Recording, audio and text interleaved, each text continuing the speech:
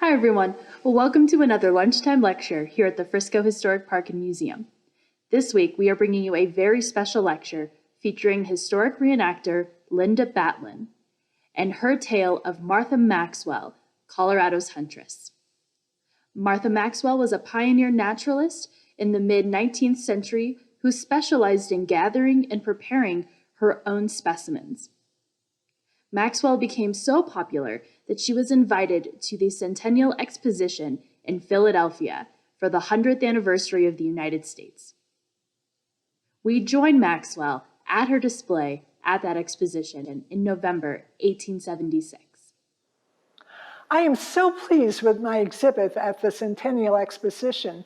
It has received so much attention from visitors and the press. They have dubbed me Martha Maxwell, the Colorado Huntress, because I go out and collect animals and preserve them by stuffing them. I really don't care for this title. I prefer to see myself as a pioneer naturalist and perhaps Colorado's first taxidermist. It has been a long, difficult road to get to this point, and I'd like to tell you a bit about it. I was born in Pennsylvania. My father died when I was a baby, and my mother was an invalid for several years following my birth in 1831. She suffered from hysteria. I spent hours at her bedside. My grandmother, Abigail Sanford, came out to Pennsylvania to help us. She loved nature. She would take me on long walks and taught me to identify birds and animals. And she taught me to love nature and animals as much as she did. And this has stayed with me all my life.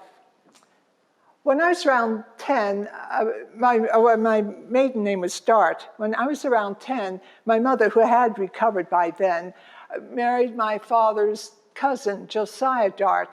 He is 13 years younger than she is, but he has always been very kind to me. My stepfather's dream was to be a missionary out in Oregon. To him, Oregon was the promised land. And that is why we set out along the Oregon Trail in a covered wagon to reach that promised land. But we only got as far as Wisconsin due to illness. We settled in Baraboo where I had a couple of uncles. My stepfather worked in the general store there where it was owned by one of my uncles. When I was around 13, I saw my new half-sister, Mary. She was 6 years younger than I am. She was playing outside with a doll, but unknown to her, nearby was a coiled up rattlesnake ready to strike. I was horrified. I handed Mary off to my mother. I grabbed the ever-ready rifle. I steadied it on some logs, and that snake was dead. When my stepfather found out about this, he was quite impressed. He taught me how to shoot. Now, I've always aimed with my left eye, something that people tease me about, but I always have been, and I still am a good shot. In 1851, I attended Oberlin College in Ohio. My stepfather said I was bright and thought I should go to college, even if it was only for a term or two. It was very expensive.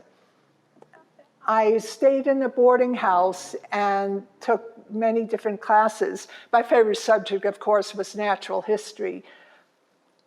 I sang in the choir and joined several social clubs. That's where I met Peter, a fellow classmate. He loved nature and animals as much as I did. He would walk with me to class every day and visit me at the boarding house sometimes. But in October, we had to say goodbye. There was no more money to continue. I returned to Baraboo and taught at a country school. But when we left, we promised to write to each other often. Every week, I wrote Peter a long letter, but I never got any reply, and I couldn't understand why. Then a couple of years later, one evening, a man came to visit my stepfather. His name was James Maxwell. He was a prominent businessman in Baraboo and a recent widower. He said he was looking for someone to accompany his two older children, James and Emma, to Appleton College. and asked if I would be interested in being the chaperone. In return, he said he would see to it that I returned to college and got through college. Well, I agreed, and I went back to school and took other classes, took more classes in various subjects. A few months later, I got a strange and disconcerting letter from Mr. Maxwell. It said that he was considering remarrying and asked if I would consider being his wife. I was dumbfounded. It was Peter that I cared for, but since I never heard from him, I thought he had forgotten me and didn't care, which made me feel very sad. Plus, Mr. Maxwell was 20 years older than I was. I was 22 at the time, and he has 6 children from his previous marriage. But we talked about it, and James said that marriage was like a duet, and that he thought that we would be as happy as 2 mortals could be. I agreed to marry him, and we were married in a simple ceremony in Appleton. A few days later, I returned to my parents' home. There were some letters waiting for me. To my surprise, one of them was from Peter. I quickly opened it. In it, he said how much he loved me and that he hoped that I would wait for him in hopes that we would marry someday. I felt my knees grow weak as I crushed the letter into my pocket. He had received my letters, but for some reason I never received his. Then when I went to the Maxwell home for the first time and saw the great disorder of the house and the sad condition of the children, especially the youngest, Gussie, who was infested with lice, something in me grew cold, something in me snapped and grew cold and resolved. I knew I would have to channel my emotions and energy some way, but into what kind of work, I did not know. I was a married woman with responsibilities. I settled into my new life of cooking and scrubbing and caring for the Maxwell family. Within a year, I had things more under control, and James had built a new house for us. Then in 1857, I gave birth to my own daughter, Mabel. When I was at Oberlin, I was active in social issues, and I continued this in Baraboo before May was born. I was especially active in the temperance movement. To show our revulsion to drink, one night after a man died in the Brick Tavern after a night of hard drinking, several women and I raided the tavern, broke open the whiskey bottles and let them spill out onto the floor. And we raided some other taverns too. It was called the Whiskey War of 1854. Needless to say, we were rounded up before the judge and James had to pay my fine. A few years later, there was a financial panic and James lost most of his money. One day, the headlines of the Baraboo newspaper read, "Ho for Pikes Peak." And James came home and said, "Martha, there's gold out in Pikes Peak in Colorado. We can go out there and get rich." Well, by we, he didn't mean me, but I insisted on going. And so I left my daughter, May, with my parents, and we headed west on a Conestoga wagon bound for Colorado. This was a new and hard life. We settled in Nevada City, west of Denver City in the mountains. While James was out prospecting, I opened a boarding house in the town and made homemade pies, took in washing, and mended clothes. At times, there were up to 75 men staying there. It was hard work, but the money was good. I was able to buy a small claim with a one-room log cabin on it along the South Platte River east of Denver City. It felt good to work hard and be independent. Unfortunately, one day, a forest fire swept through town, destroying much of Nevada City, including my boarding house. James wasn't having much luck prospecting, so we went to stay along our claim or in the cabin along the Platte. I would take long walks during the day looking for animals, hoping that wishing there was some way I could capture them so I could study their forms. I studied a book on fine art, hoping I could make sculptures of their forms. Then one day we had to be gone for a couple of days, and we came back. We found someone had jumped our claim. It was a German taxidermist. Possession was 10 points of the law back then. He refused to get out of the cabin, but when I looked inside, I saw an antelope head, an elk head, other stuffed birds and animals, and I realized this was a way I could save the forms of the animals I loved, and perhaps I had found my calling. I asked him to teach me. I said I would pay. The next day I showed up for my first lesson, and he shouted at me to go away, that he had changed his mind. He said if he taught me, I would be better at it than him, and there'd be no work left for him. I said, no, I wouldn't do that. But he would not listen. So I kept an eye on the cabin. One day when he was out, I broke the padlock, went in, moved all his things out, and went back in and locked the door. But as I removed the specimens, I studied what materials he used and what techniques he used and what I would need to do to mount my own specimens. Of course, when he came back and saw all his things outside, he shouted things in German that I'm glad I did not understand. Well, soon after that, I had to return to Baraboo. My mother was ill again, and so I had to care for her and the rest of James's family. James stayed in Colorado, and he opened 2 sawmills at the mouth of Boulder Canyon. He became a very successful businessman. We were growing further apart. I wanted to study animals. He wanted me to be a wife and homemaker. We just could not seem to agree on that. I ended up staying in Wisconsin for 6 years. I studied the basics of taxidermy. I read books, and I started to perfect my technique of mounting specimens.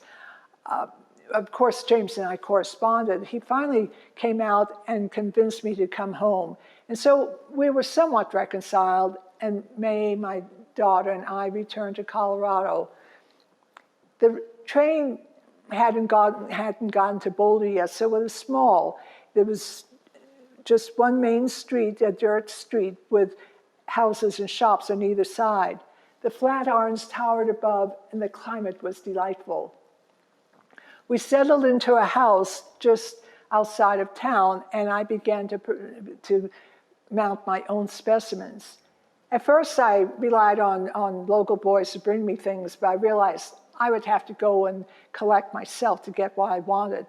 I started going on long trips in the mountains, spending a long time, days and days at a time there, going to places like Middle Park. I spent hours watching the animals, studying their habitats so I could recreate them as background. I also learned a lot more about the animals that way in addition to the books I read. James tried to be supportive of my work. Sometimes he would come along. But collecting in the field had its drawbacks. It would rain, my clothes would be wet, the mornings would be icy cold. Oh, May hated these trips. Sometimes I would go north to Wyoming to collect. I was determined to capture whatever it was I was after. One time I saw a hawk's nest in a tree. Of course, I couldn't reach it. As you can see, I'm not even 5 feet tall. I stood on James's shoulders to try to reach it. I still couldn't, and he had to stand on his tiptoes before I could get it. Now, some of the hunting trips were quite exciting and dangerous. There was one where I took down a 1,600-pound bull buffalo by myself. In 1871, we joined a hunting party along the South Platte. We came upon a herd of about maybe 1,000 animals on the move. While the others stopped to talk about their plan of action, I could not contain myself. I spurred my horse on and galloped out into the middle of the herd. The animals were rushing around me, and I realized I was in danger of being trampled or crushed. I worked my way out to the edge of the herd. I singled out a single bull. I dropped the reins on the pommel of the saddle and fired from the hip. Well, that buffalo ran on for a while before he fell. I only kept the skull, the legs, and the skin of the animal. The meat was divided up amongst the rest of the party. Now, as I'm a vegetarian and don't eat meat, I did not want any of it. Now, that bull buffalo had a prominent place in my collection with his head bent, looking like he was about to charge at any moment.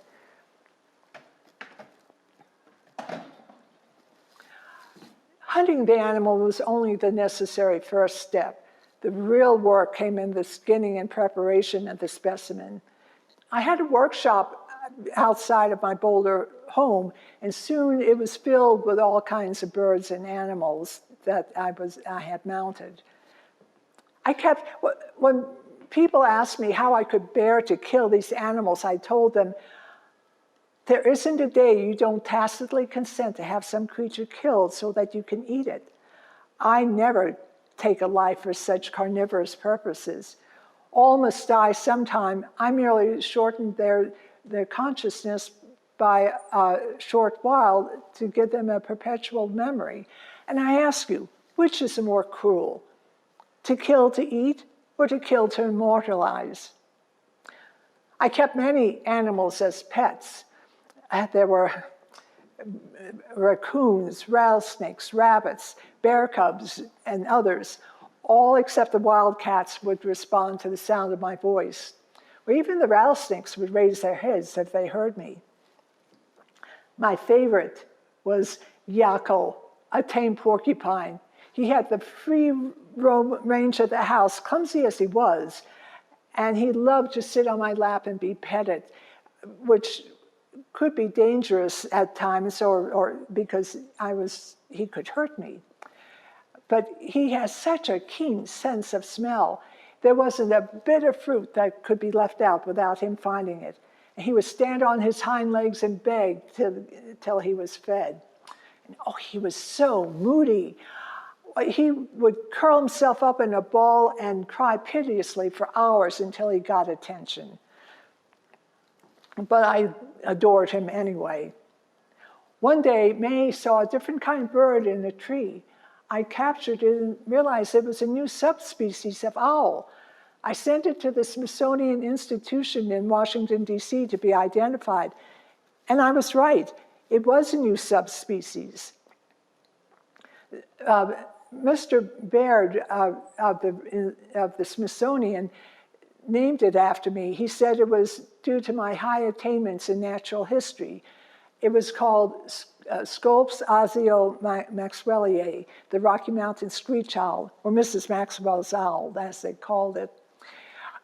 Both Robert Ridgway and Spencer Baird, the ornithologists there, were very helpful in telling me what books I should read and answering my questions. I kept up a regular correspondence with them. I continued to work, and I continued to gain a reputation as a good taxidermist. At one time, my collection consisted of 47 mammals and 224 different birds. I eventually opened a museum in Boulder. It consisted of 3 rooms. It was at the corner of 12th and Pearl. I did this as a contribution to science and to get young people interested in science. On opening day, the Boulder Brass Band and String Band marched up and down Pearl Street. There was quite a crowd there, too. People came from miles around to see my Rocky Mountain Museum. The author, Helen Hunt Jackson, was one of the visitors, and she was so impressed that she wrote praises of what she called Mrs. Maxwell's museum.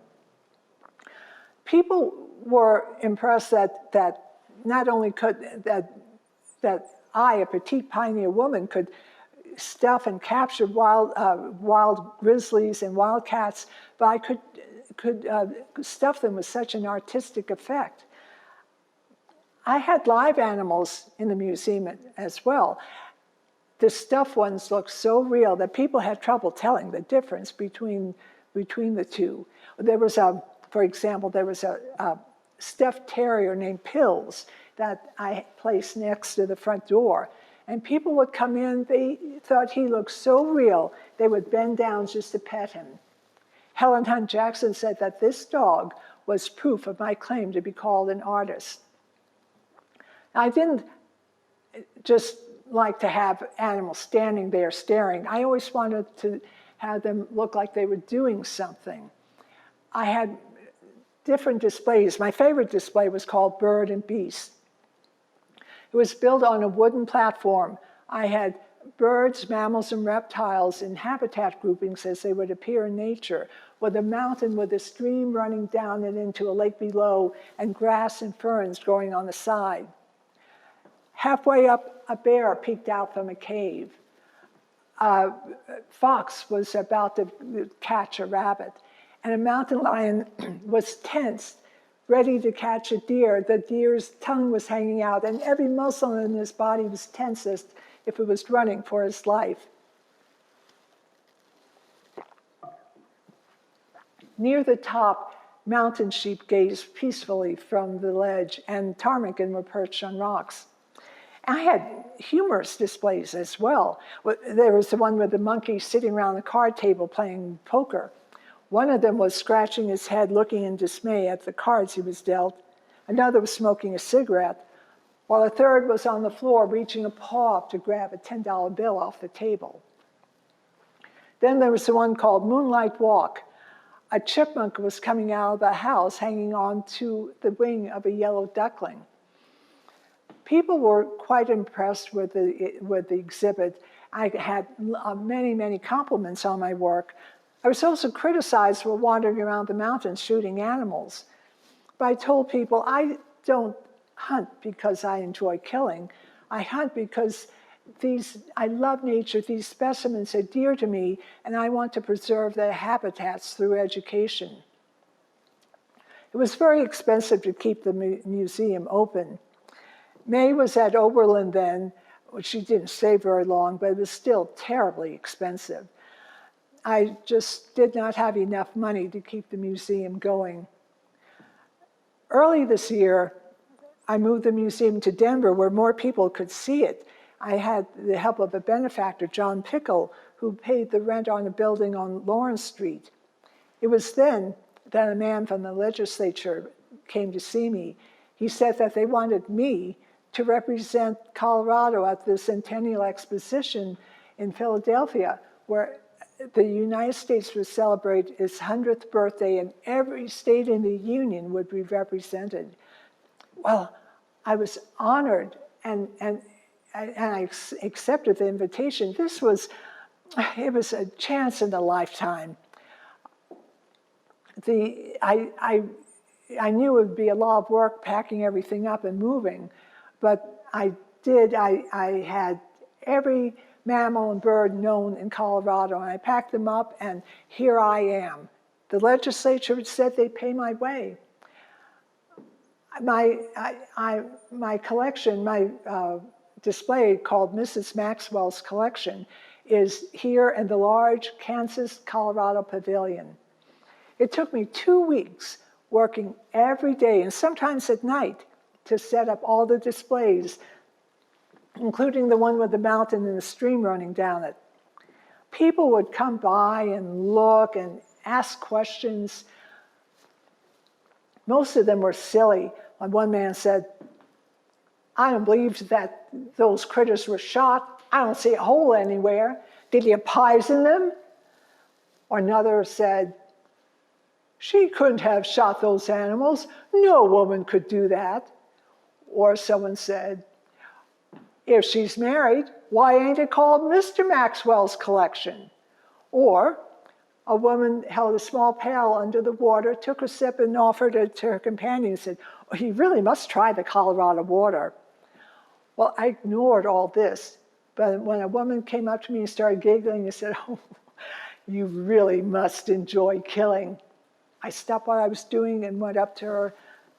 Do you eat meat? Well, yes. Well, I don't. I do not hunt to fill my body with the meat of these animals. I hunt to show the beauty of God's creation. Well, she was embarrassed and walked away. When I was finished setting everything up, I put up a small sign that said, "Women's Work," to show what a woman can do. The fair opened on May 10th, and it was a great success. People were so eager to see my exhibit. They were so enamored with it. Most people had never seen anything like this before. They were not only impressed with the displays themselves and interested in them, but they were interested in me and my life. And, well, some were surprised I was even feminine looking. Well, there was one newspaper article, and I have it right here, that the reporter wrote, "People expect to meet an Amazon in size and strength, clad in a suit of buckskin with murder in her eye, a Sharps rifle in her hands, and wearing a belt stuck full of revolvers and hunting knives. Instead, however, they find a petite little woman dressed in a plain dark suit, slight of stature, with a pleasant face, dark hair, and the manners of a thorough lady." Well, it's November now, and the fair is over. The Colorado-Kansas commissioners presented me with a brand new Evans magazine rifle as a gift. But the question is what to do now. I don't think I want to go back to Colorado. James and I have grown so far apart. There's no point trying anymore. He wants me to come home and be a wife and homemaker. It's the same struggle we've always had. No, I think I need to devote myself to finding a permanent home for my collection. And I think I can do that here, staying here on the East Coast, because of all the attention my work has gathered. I have been invited to the Philadelphia Academy of Science and Natural History to meet the scientist Elliott Cruz. And I can go to Washington, D.C. and finally meet Mr. Baird and Mr. Ridgway and Dr. Baird. Oh, I so look forward to that. My sister Mary lives in Boston now. We've talked about writing a book together. And I want to take more courses and pursue my love of science. Oh, I never tire of learning. But finding the money for all this, it always has been a problem. But when I think back on it, I am probably the first taxidermist to have established the art of habitat grouping, though not everyone knows about it. And as far as I know, I'm the first woman to have collected in the field. I spent 8 solid years collecting in the field, and other naturalists only spent shorter and intermittent trips. And I may be the first woman to have a subspecies, which I discovered, named after me. But will I be successful in my endeavors now? I don't know. But my hope is that someday, when people go to museums, they will see lifelike birds and animals in their natural settings based on my work. Well, I must go back to organizing my packing. I still have a lot to do. But thank you for stopping by and listening to my story. Thank you so much for that wonderful performance, Linda. That was absolutely amazing. Martha is such a fascinating woman, and her relationship with those around her and how that shaped her attitude towards taxidermy. It was wonderful. Thank you so much for taking all this time and effort to share Martha's story with us. Just a reminder, this is our last lunchtime lecture of the summer. You can view all of our lunchtime lectures on our website, friscohistoricpark.com, on our Facebook page, and on the Town of Frisco YouTube page. I do have one last question for you, though, Linda. You have to share whatever happened to Martha after that exposition. Was she able to find a new home for her taxidermy pieces? Was she ever able to find that lost love of her life? As you can tell from my presentation, she did not have the happiest life. Now, the Centennial Exposition was in 1776. She did stay on the East Coast trying to find a permanent home for her collection. She ended up opening something in Rockaway, New York, which was a seaside resort. She fell ill. She was all alone. She fell ill and she died in 1881. She was only 49 years old, and turned out she had ovarian cancer. Her daughter, who she had been somewhat estranged from, came to her at the end. Her collection was stored in a barn in Saratoga, New York, but it wasn't taken care of and became infested with insects, and everything was destroyed. Though there is a bird at the Henderson Museum at the University of Colorado Museum in Boulder. And to top it off, her subspecies is now extinct.